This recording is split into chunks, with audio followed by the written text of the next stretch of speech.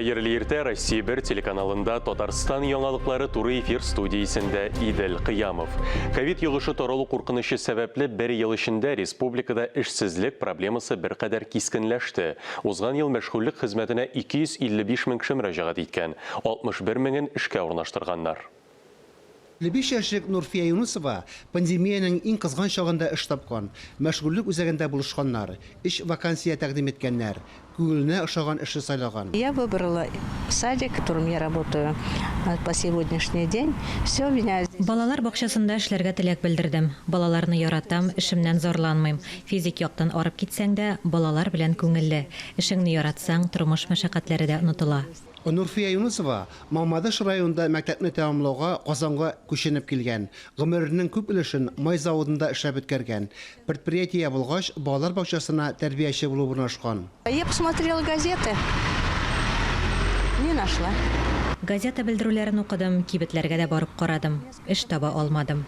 Олы яшьтә эш табуы җиңел түгел, ә мәшгульлек үзәгендә табып бирделәр. Узган ел республиканың мәшгульлек үзәкләренә 255 мең кеше мөрәҗәгать иткән, 61 меңнән артыгын эшкә урнаштырганнар.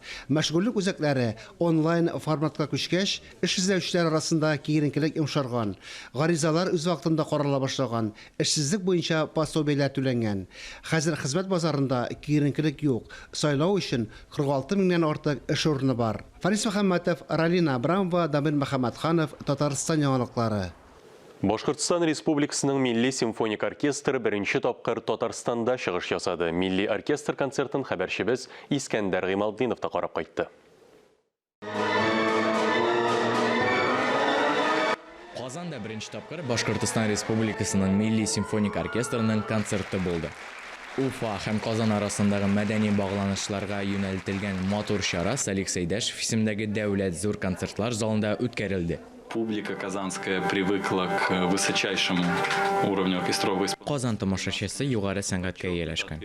Шуңа күрә Чайковский белән популяр Италия композиторларының эшләрен алмадык. Солист буларак Башкортстанның атказанган артисты Артур Низиуллин чыгыш ясады.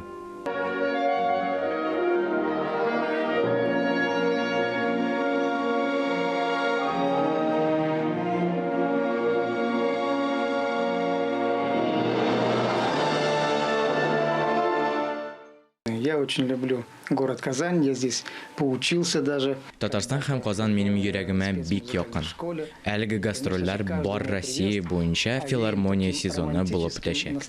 Милли симфоник оркестр шул концерт программасы белән Чаллы һәм Түбән Камада чыгыш ясады. Искәндәр Гыймалдинов, Айрат Каюмов, Татарстан яңалыклары. Яшь башкаручыларның Рәшит Вахапов исемендәге быелгы фестивале башлана. Шул уңайдан матбугат конференциясе узды. Вахапов фестиваленең ничек оештырылачагы турында Халыклар дуслыгы йортында узган матбугат конференциясендә хәбәр ителде.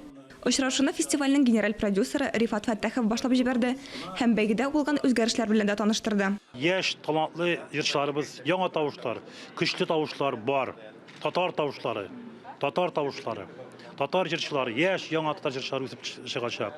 Без икенче турны бирдек мөмкинлек онлайн һәм офлайнга онлайн режимда да катнашырга. Алар катнаштылар, кемнәрдер бик зур араларны, ерак араларда яшәгән башкаручыларыбыз онлайн режимда катнаштылар. Андый мөмкинлек тудырдык. Матбугат очрашуына килгән журналистларны аеруча фестивальдә катнашучыларның репертуарына таләпләр кызыксындырды. Адашып йөрмәсеннәр теге заманча дип, татар моңыннан читләшмәскә, безнең яңа язылган әсәрләр арасында шин сәнгать әсәре дип әйтерлек һәм моңлы һәм эшчәнлекле җырлар да күп. Яшь башкаручылар конкурсында башкорт, әрмән, Азәрбайҗан милләтеннән булган җырчылар да катнашырга теләк белдергән. Әлбәттә, конкурс тигезләмәсе буенча алар татар телендә җырлаячак. Безнең бу проектта Башкортстан җырчылары бик актив катнашты. Башкортстанда яшәүче татар җырчылары гына түгел, Башкортстанда яшәүче чын башкорт җырчылары. Һәм алар безнең конкурска килеп, Рәшит Вахапов конкурсына килеп, башкорт милләтеннән булган җырчылар Вахапов репертуарындагы безнең бөек әсәрләребезне чиста, саф татар телендә башкара. Бу үзе дә зур әһәмияткә ия. Конкурсның тантаналы гала концерты 17 майда Салих Сәйдәшев исемендәге зур концертлар залында оештырыла. Эльвира Минәхмәтова, Тахир Хәсәнов, Татарстан яңалыклары.